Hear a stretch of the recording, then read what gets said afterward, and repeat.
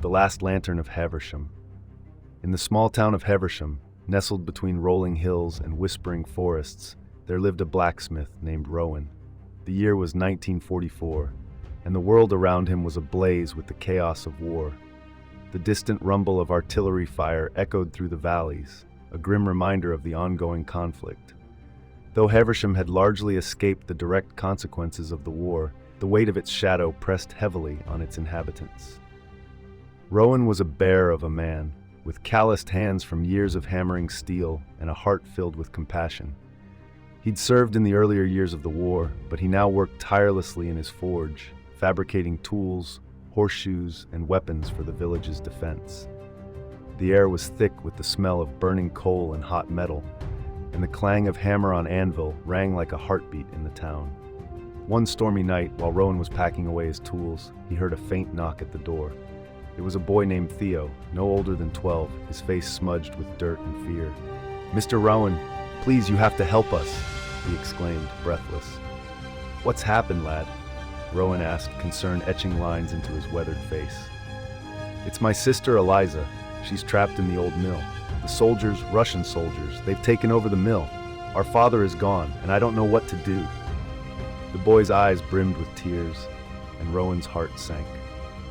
Without hesitation, Rowan gathered a few essentials: a lantern, a sturdy knife, and a cloak to shield him from the rain. "Get your sister, Theo. I'll lead the way," he said, gripping the lantern tightly as they dashed through the pouring rain toward the mill, whose silhouette loomed ominously against the stormy sky. Arriving at the mill, the flickering light of the lantern barely illuminated the shadows that danced around them. Rowan instructed Theo to hide behind a nearby cart. "Stay low and stay quiet," he whispered, his voice a firm yet gentle command. As Rowan crept toward the entrance, the sounds of muffled voices and clinking metal filled the air. 2 soldiers stood guard, unaware of the approaching danger. Rowan took a deep breath, knowing he had to create a distraction to get inside.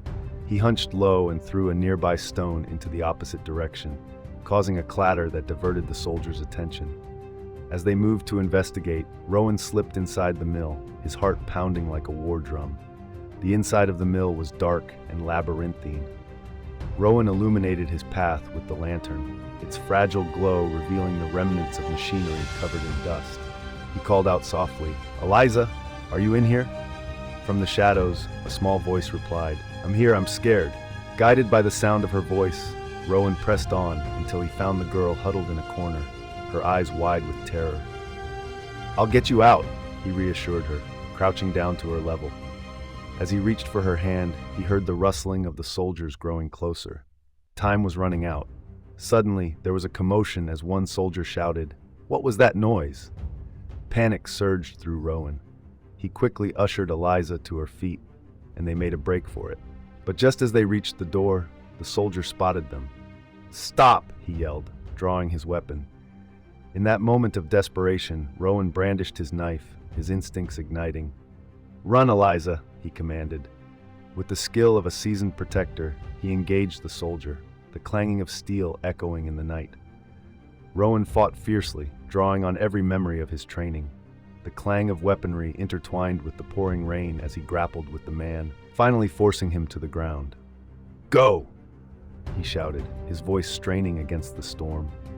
Eliza darted outside, fear propelling her forward. She had to reach safety. With swift determination, Rowan followed her out, but just as he exited, another soldier blocked their path. With no time to think, Rowan grabbed the lantern and swung it fiercely, the glass shattering and releasing a fiery glow that lit up the darkness. It was enough of a distraction for him and Eliza.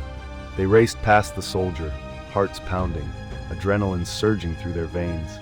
They sprinted toward the safety of the nearby woods, the weight of the night's danger finally easing with each step away from the mill. When they finally reached the other side of the hill, the sounds of the soldiers faded into the distance. Rowan knelt to catch his breath and looked at Eliza, who was crying tears of relief.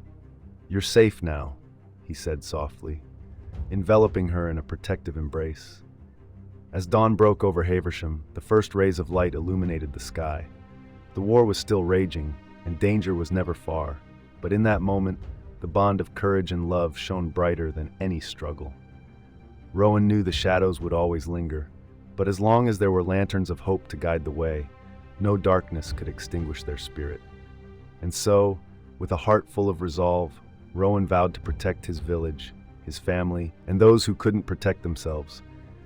For every act of courage was a promise of light in the darkest of times.